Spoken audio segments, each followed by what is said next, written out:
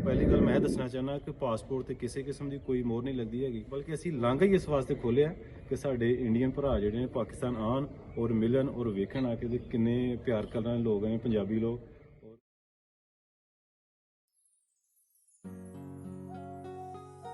जी करदा है अज मेरा के दिल दे कड़ में गुबार दवा धर्मा दे धुंधले शीशे ते मैं सच दा पत्थर मार दवा, मैं सच दा पत्थर मार दवा।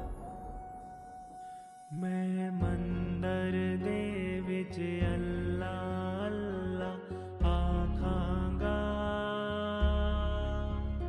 मैं गुरुआं दे दर नाम राम दा बोलांगा।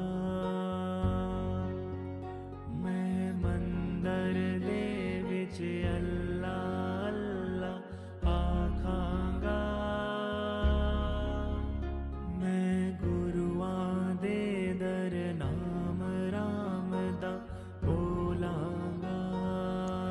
सत श्री अकाल। ये हमारे बहुत प्यारे दोस्त हैं। मैं इनको आज से 4 दिन पहले से याद कर रहा था कि भैया अभी पहुंचे नहीं हैं करतारपुर साहब, और आज ये भाई हमारे पास है। वीर जी होरी आए ने विक्की आहूजा आहूजा साहब, मैं इन्हों पहली नजर ते पहचान लिया। दूसरी दफा आए वीर जी, तीजी बार आ गए, तीसरी बार आए ने तो मैं इन्हों पहचान लिया। वाह जी वाह, पहली नजर ही पहचान लिया। हाँ जी, बड़ा खुशी महसूस हुई है। ਇਹ ਵਿੱਕੀ ਸਾਹਿਬ ਨੇ ਸਾਡੇ ਜਨਾਬ ਇਹ ਦਿੱਲੀ ਤੋਂ ਆਏ ਨੇ ਤੇ ਸਾਨੂੰ ਬੜੀ ਖੁਸ਼ੀ ਹੋਈ ਆ, ਔਰ ਦੱਸ ਰਹੇ ਨੇ ਕਿ ਤੀਸਰੀ ਦਫਾ ਆ ਚੁੱਕੇ ਨੇ। ਔਰ ਸਾਨੂੰ ਇਹ ਵੀ ਕੁਝ ਪਤਾ ਚੱਲਦਾ, ਲੋਕ ਦੱਸਦੇ ਨੇ ਕਿ ਲੋਕ ਇੰਡੀਆ ਤੋਂ ਆਉਣ ਤੇ ਡਰਦੇ ਨੇ ਪਾਕਿਸਤਾਨ ਤੇ। ਪਹਿਲੀ ਗੱਲ ਤੇ ਕਿ ਸਟੈਂਪ ਤੇ ਮੋਹਰ ਨਾ ਲੱਗ ਜਾਏ, ਉਹ ਤੇ ਪਾਸਪੋਰਟ ਤੇ ਮੋਹਰ ਨਾ ਲੱਗ ਜਾਏ। ਉਹ ਪਹਿਲੀ ਗੱਲ ਮੈਂ ਦੱਸਣਾ ਚਾਹੁੰਦਾ ਕਿ ਪਾਸਪੋਰਟ ਤੇ ਕਿਸੇ ਕਿਸਮ ਦੀ ਕੋਈ ਮੋਹਰ ਨਹੀਂ ਲੱਗਦੀ ਹੈਗੀ।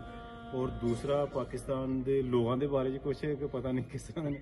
ਇਹ ਤੀਸਰੀ ਦਫਾ ਆਇਆ ਨਾ, ਤੁਸੀਂ ਪੁੱਛ ਸਕਦੇ ਹੋ, ਬੜੇ ਫਰੈਂਡਲੀ, ਬਲਕਿ ਅਸੀਂ ਖੁਸ਼ ਹੁੰਦੇ ਹਾਂ, ਅਸੀਂ ਚਾਹੁੰਦੇ ਹਾਂ, ਬਲਕਿ ਅਸੀਂ ਲਾਂਘਾ ਹੀ ਇਸ ਵਾਸਤੇ ਖੋਲਿਆ ਕਿ ਸਾਡੇ ਇੰਡੀਅਨ ਭਰਾ ਜਿਹੜੇ ਨੇ ਪਾਕਿਸਤਾਨ ਆਉਣ और मिलन और वेखण आके किन्ने प्यार करने वाले लोग हैं पंजाबी लोग।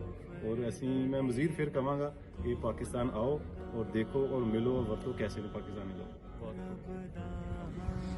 दिल से मोहब्बत से पेश आते हैं, किसी के लिए दुआ करते हैं, तो लोग इस तरह से फिर हमारे साथ आके मिलते हैं। रब दा बंदा